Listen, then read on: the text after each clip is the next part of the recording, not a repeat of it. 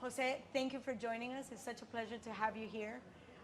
Let's start from the top. How important is this unification for you? It's very important. It's a dream of mine to be a part of this big fight. Uh, to be able to unify is a goal that not too many people reach in their boxing careers. Becoming a world champion is one thing. Unifying it and beating another champion, that's just another bigger accomplishment, and it's definitely a blessing for me. So it really means everything to me, to my family.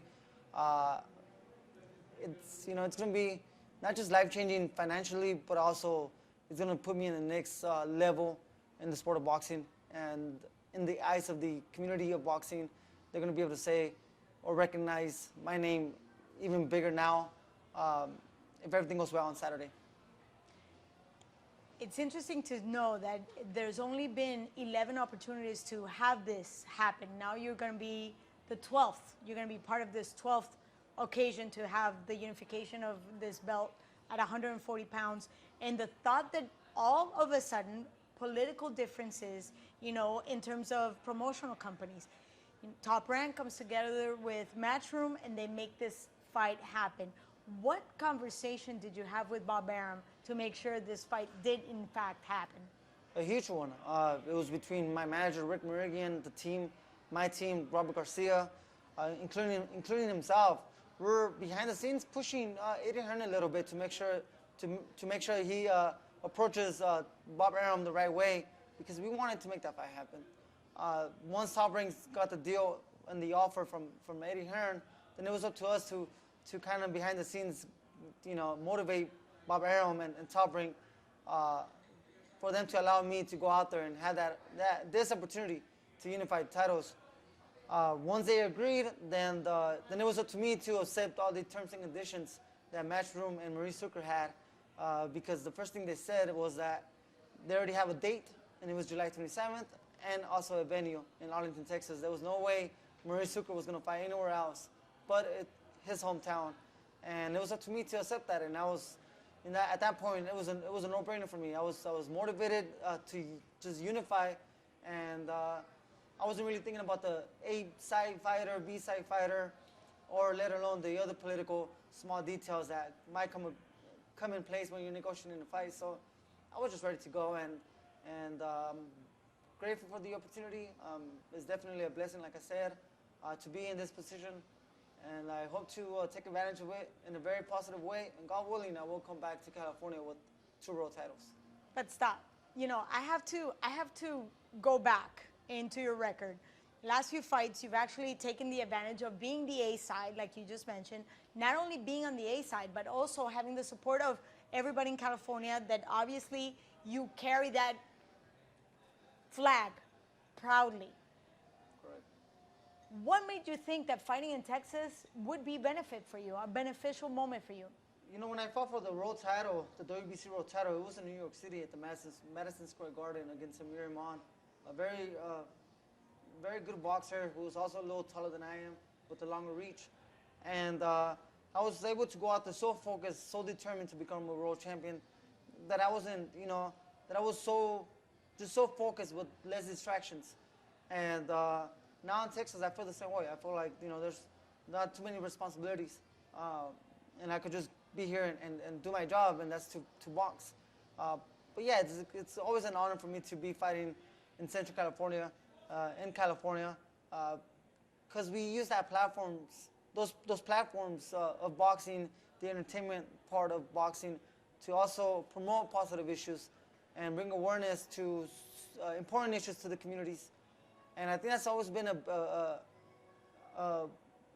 something amazing, and it's been one of my biggest accomplishments and as a boxer, is to do so much for the community, donate so much money from what's created, from what's being generated because of those fights. So, but at the end of the day, I think the community will understand that that this is a big opportunity for me, and for me to go back with 2 world titles, it's just going to bring more pride. And I do plan to fight one more fight before the year ends. That could be in California.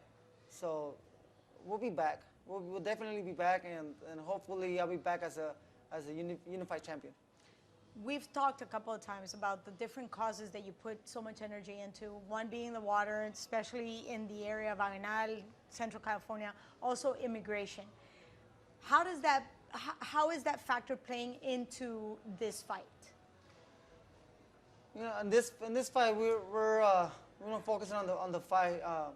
I believe that the fight against certain issues like immigration and water, it's a fight that's always going on throughout the year. Even though, you know, there's times that it reaches the more of a momentum where it's being talked about it in the news more. It has their times, their ups and downs and everything. We had a very good year of rain in California that kind of balanced certain things for the agriculture world. But the fight towards creating water storage for future jobs and the stability for communities to have a better future, that's a fight that we're still fighting behind the scenes through the political world. And I have a great team that educates me when I'm training. I always come back and I ask certain questions that for me to educate myself on what's going on and where we're at exactly. But that happens after boxing. That happens after my fight on Saturday. I'll go back to that. I'll go back to being somewhat the activist person that I am. As far as immigration, same thing.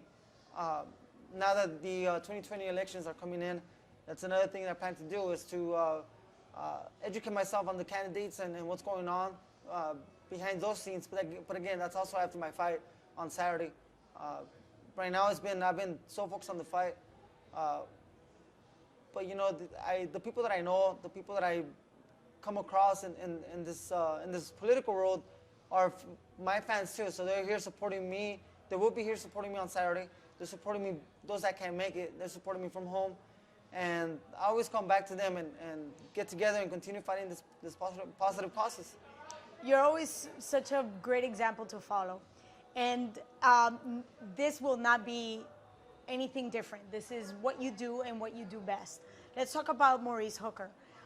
He's very tall, very lanky, long reach. We've seen what you can do, your precision, your just go-get attitude in the ring. How did you prepare with that attitude and your position and your power to face a fighter that's so much taller and so much lankier than you in terms of reach? Yeah, we definitely had a lot of sparring partners that were much taller than myself and even taller than Maurice Hooker. Maybe not the same reach as Hooker, because I know Hooker's reach it's one of a kind in this weight class. But yeah, I came across sparring partners that were taller than him to balance certain things. And I was just closing the distance. It's very important on this fight.